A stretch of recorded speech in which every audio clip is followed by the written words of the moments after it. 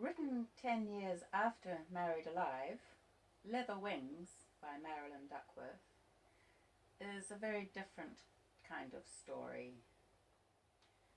Wallace, the Rawleys man, comes into the lives of Esther and her young granddaughter. Prepare to be entertained and challenged. Wallace. I had to carry the bird cage upstairs. It's starting to pong. Not just the bird shit. It's the seed on the bottom seems to be going mouldy. I'll clean it out later. Damn bird. Meanwhile, we've had a couple of lucky finds in the back cupboard. A cuckoo clock for a start. The cuckoo looks like a tiny gold acorn with a red beak. Jania was rapt. She was disappointed he won't cuckoo, but she says he's a budgie now, he's Joey. Even better than the cuckoo was the Swiss weather clock. It's totally stuffed, leaking borer dust, but there's a little man and his wife, real little dolls. The man's a bit broken. It happened getting him out. He wanted to stay attached. But the wife's not damaged. I suggested they could be me and Jania, but she wouldn't have that.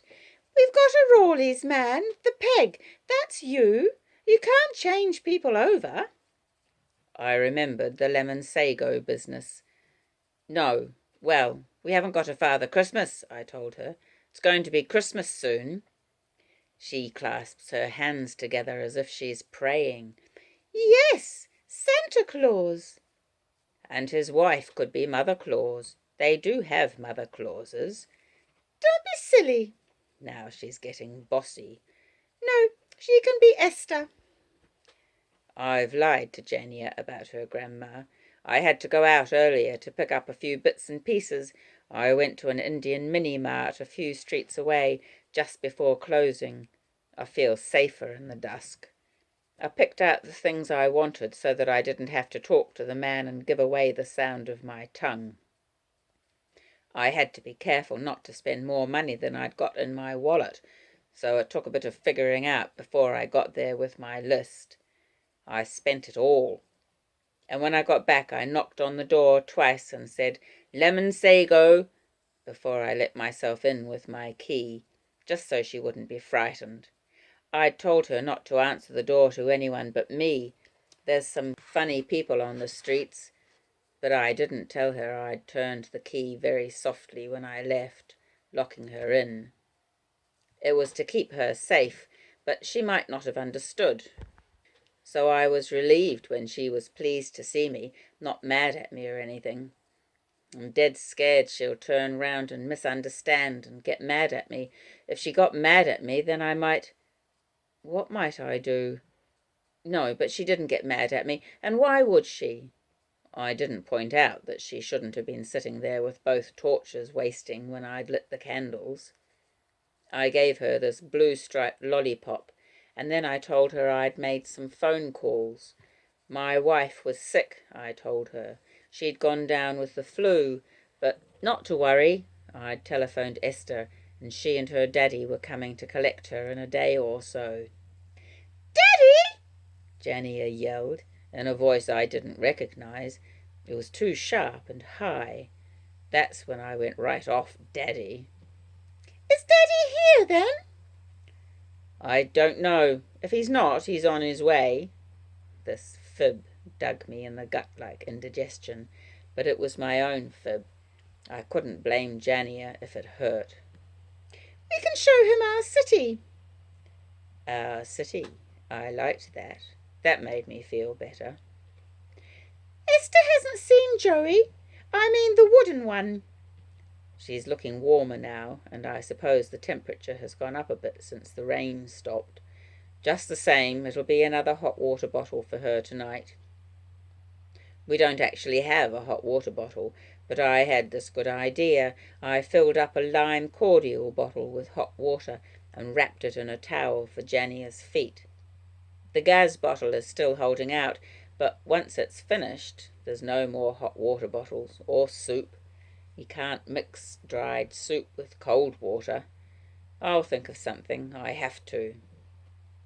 She's seen the real Joey, I remind her. thinking back to that day in the wine bar when she said all those things about Jania, what a nuisance she was to have in the house, something along those lines. Well, I've taken care of that. She doesn't need to worry about that.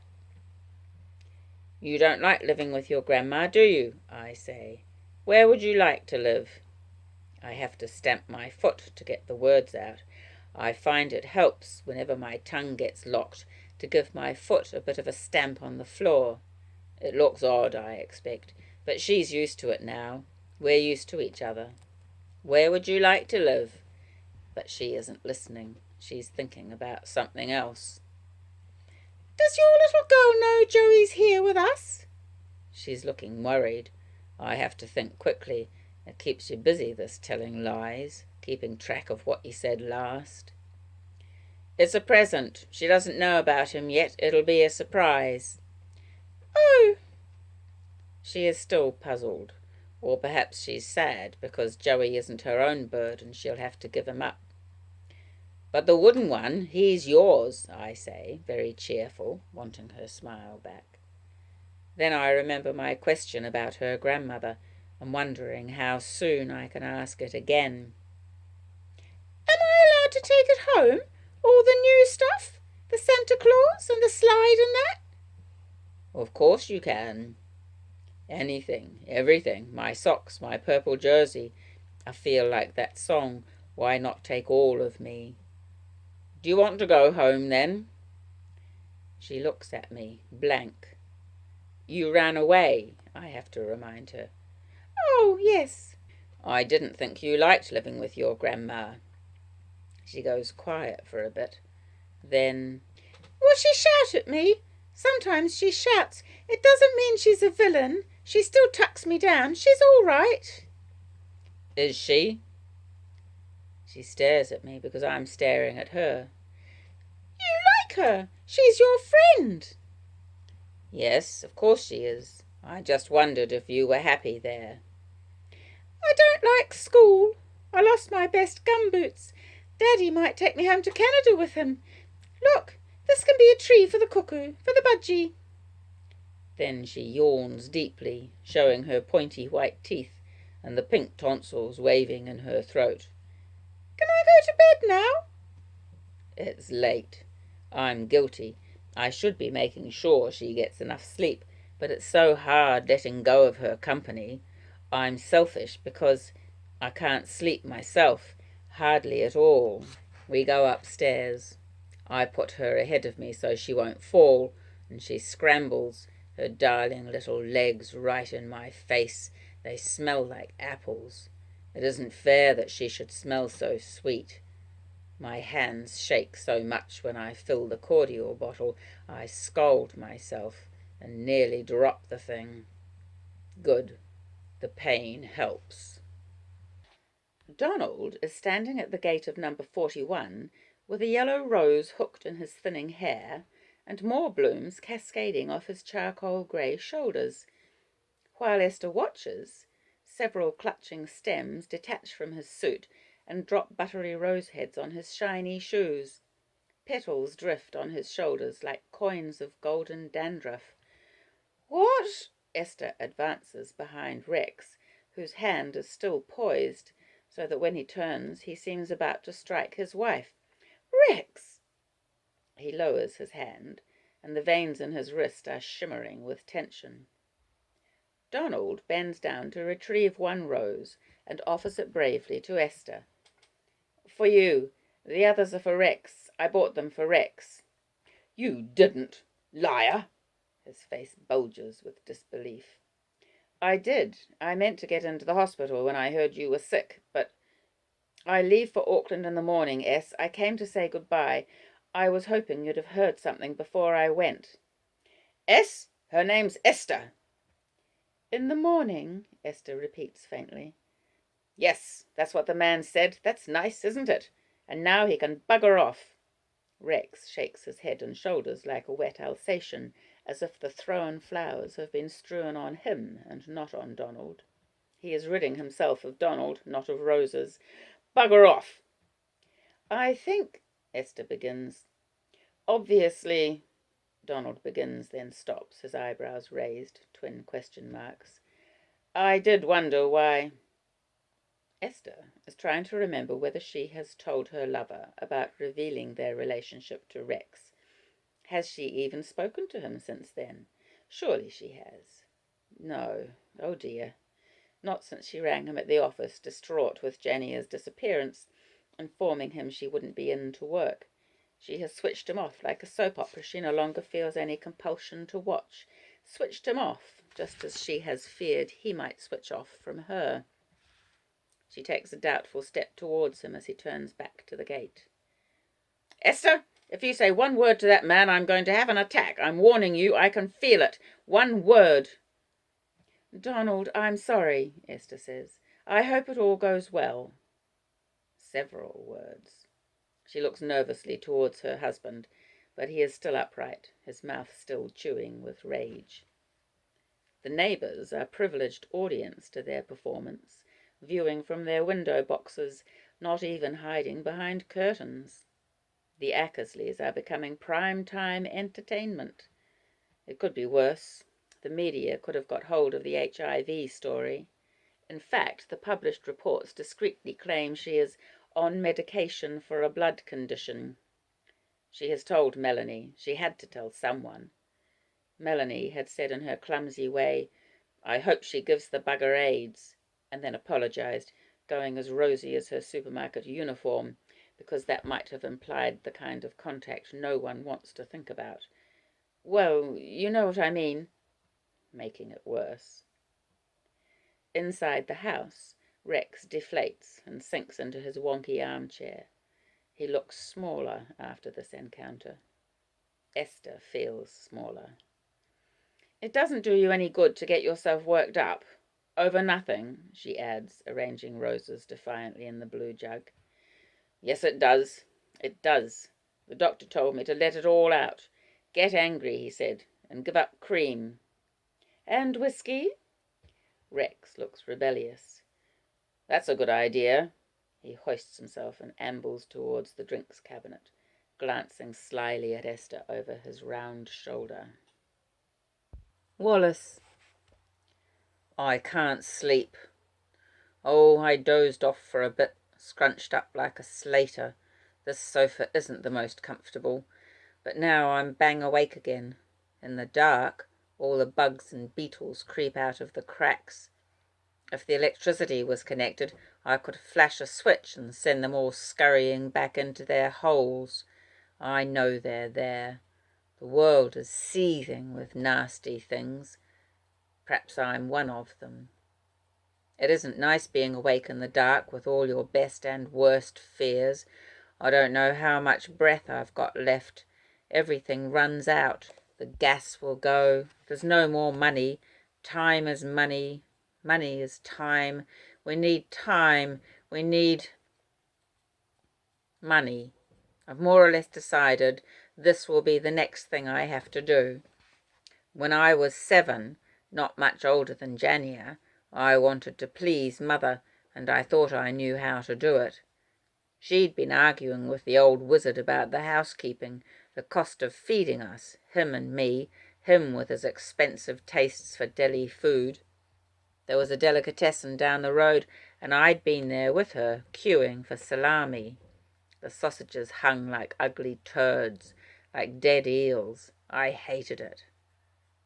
But then, sitting up in my bed, I imagined how pleased she would be if I could break into that shop and help myself to a sackful of food. I would empty my sack onto the kitchen table and take her breath away. She'd gasp with joy and thank me.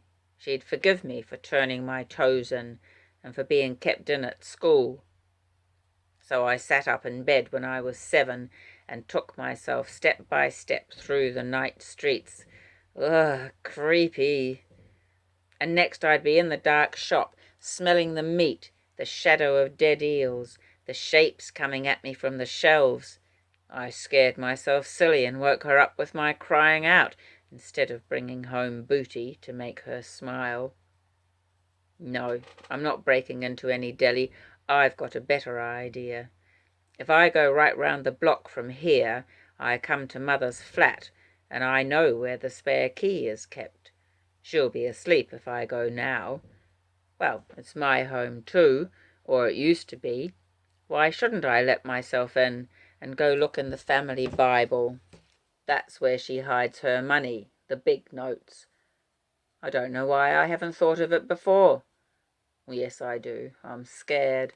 I'm scared shitless. Of her? I can't be scared of my own mother, an old lady. I can't be scared of the family Bible. But I'm scared of being found out. Yes. A blaze of light, uniforms, booming voices gunning me down.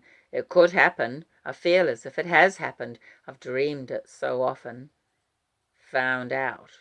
Caught. But I'm going to do it. For Jania. It can't end now. Just a few more days. Jania is sleeping, making little clicking noises in her nose. I've left a candle beside the fold-down bed, solid in its saucer. I wouldn't expose her to a fire risk. If I stand and look down on her too long, I can hardly bear it. It's like a headache. In fact, it does make my head ache, as well as the other bits of me. I don't know how much longer I can do it.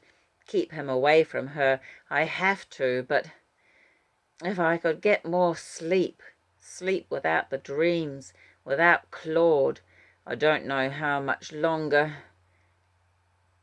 I play with the St. Christopher medal a moment. Am I going to dare this thing at Mother's flat? Why not? Shoulders back, tummy in, off you go, Wallace. The Rawleys man. The key is still in the jasmine planter. The jasmine is in flower. I take a good strong sniff at it for luck. It's good to smell something that isn't bird shit or mouldy seed. What time is it? Oh, Mother'll be well away.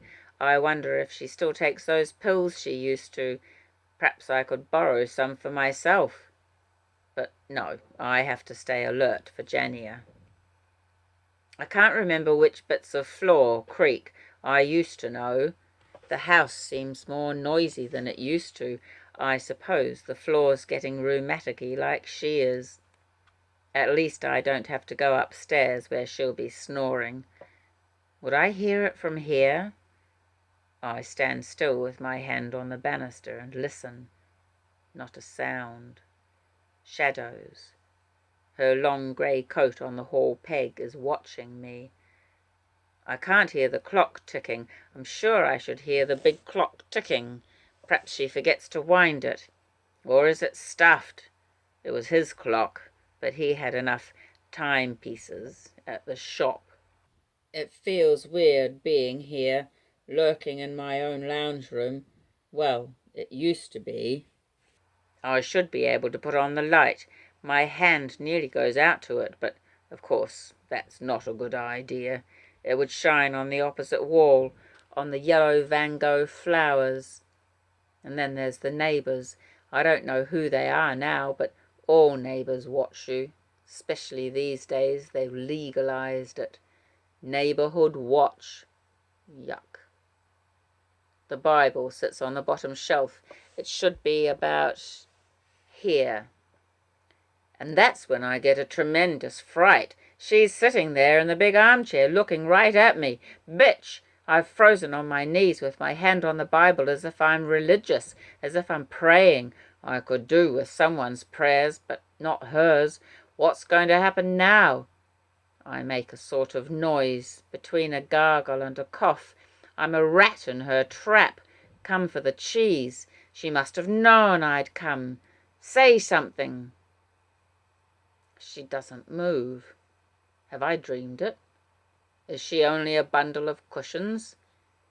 I move closer and angle my head. Mother? So why don't I run away? Too late.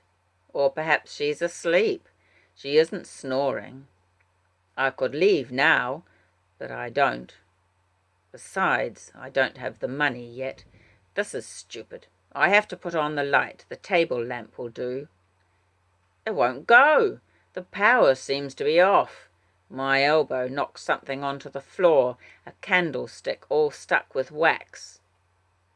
I'm getting used to the dark now, and I reach out and drag back the curtain, just a bit. It rattles on the rail, but that isn't what makes me jump. I stare and stare, and then I drop the curtain like it's burning me. Not again! It's awful. Her partial plate's fallen down in her mouth, and these teeth sit like fangs on her lip, like a vampire. She's exactly like a vampire. I'm the son of a wizard and a vampire. I want to scream, but I don't scream. I kind of chatter. Is it my teeth? It's like I've been running very fast. I can hardly get my breath. I've closed the sight of her off with the curtain, but I can still see it, like when you've been looking at a bright light and it stays in your eyes. You can't shake it out. I nearly take off then without the money, but no, I pull myself together and scrabble behind me for the Bible where I dropped it. There are some notes on the floor. I can't see what they are, but I stuff the lot into my trouser pocket. That's better. I feel like a man again with money in my pocket. While I'm doing this, there's a smell growing. I didn't notice it before, but now I know she's dead as he was, stinking dead at the shop. I can smell it, and it swells up, a huge cabbagey rottenness, reeking. It's going to choke me. I have to get out of here. I'm sorry, Mother.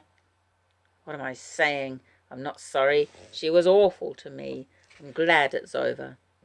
But something makes me feel terrible. Have I done this thing? It wasn't me. Nothing to do with me. As for the money, well, everyone knows you can't take it with you. Will they blame me? Yes, of course they will. That's it. I always get the blame. Oh, shit. Exactly. I have to go to the bathroom. Everything smells. Wallace. I've nicked Mother's sherry from the kitchen recipe shelf. She keeps it there to fool visitors. It's for the cooking. What else should I take? I've closed the lounge room door, shutting her away from me, but I had to come back here for the grog. It had struck me, you see, there might be more than neighbours watching. There could be police all around the house, crouching with guns, the armed offenders squad, a cordon. Murderers use cordons to strangle their victims, don't they? I have to get back to Jania, but I'm in a bit of a state. That's when I think of the sherry. One bottle's nearly shot, but there's a whole unopened one. South African sweet plonk. I don't need to read the label. It's always the same. I empty the first bottle down my throat to give me Dutch courage, South African courage. Then I try again to get myself out of the front door. I'm feeling braver. No shots ring out, no loud hailer. Phew. What a joke. The snotty-nosed cops have bungled it again. Once I'm on the street, I don't run. That looks bad. I stroll, but firmly. I know where I'm going. There's the odd jabbering couple. The pictures must have come out. I'm in the clear, just a chap on his way home from a show. Some show. That one shot of Mother with her vampire fangs is still stuck in my head. I didn't touch her, but she was dead all right. No doubt about that. Her eyes weren't open, thank goodness, but they weren't shut either, not quite. There was a white, shiny slit showing at the edge. Round the corner, and I'm on my own again. Not many people come to this part of the city at night. I'm home. It feels like hide and seek. I let myself in with my key, and you can't tag me now. I'm home. Relax. It's over. I lean myself against the door, and now that I'm locked in and safe, I find I'm starting to shake like a fit. It's queer. I even nearly cry a bit. I mustn't make a noise. I don't want to wake Jania. The first thing is to change out of these underpants. I prowl around on the mezzanine in the candlelight, rummaging in my plastic bag of laundry very quietly. I'm so disgusted with myself. I can't have the sleeping pixie wake up until I'm decent. Pity about no hot water. I'm clean. I lay the notes out on the sofa, ironing them with my fingers and counting them. Not bad. It'll buy us time. Time? That's what you get in prison. Why did I have to think of that? But I haven't done anything. What have I done? I haven't done anything bad. I've left the sherry downstairs. I need the sherry. I sit on the floor in the middle of Dole City and hold on to the neck of the bottle. It feels nice to hold on to, smooth and heavy and solid. You need something to hold on to. I don't want Jania to see me because I'm crying, I think. I don't know where the tears are. There are no tears, just this jerky noise pushing my chest about. I might be getting drunk.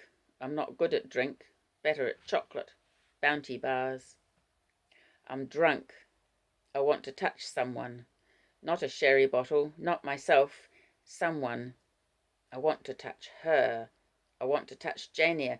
I don't trust myself to go upstairs. I'll spoil it. The devil in me, the wickedness. I need someone to help me not to. I could ruin the whole beautiful thing. I smash my head into the wall, butting at Claude and the wickedness. The weatherman winks at me. What? How could he? I pick the little fellow up and bring him near my nose. He's Father Christmas, that's who he is. I've remembered now. What have you got in your sack for me, Santa? I don't want salami sausages or dead eels. I don't have deli tastes. I have delicate tastes. Have you got an elf for me, a little pixie? Have you? At the bottom of the bottle, is that where she is? I hope you haven't drowned her, wicked Santa. You have to take special care of special little pixies with pointy teeth who smell like apples. Oh, it isn't fair. It isn't bloody fair. I'm worn out. I'm wearing out. I'm nearly in holes. I'll fall apart when the washing machine begins to spin. There she goes, spinning, spinning. I can't hold on. It's throwing me away, throwing me down. It's the tip, the rubbish tip. I know the smell, all dead cabbage and bones and old armchairs. No, wait a minute. This is somewhere else. It's jasmine I'm smelling now. A little jasmine, sweet child. It's my Christmas present. Christmas present? For me? I'm allowed? Go on, open it up.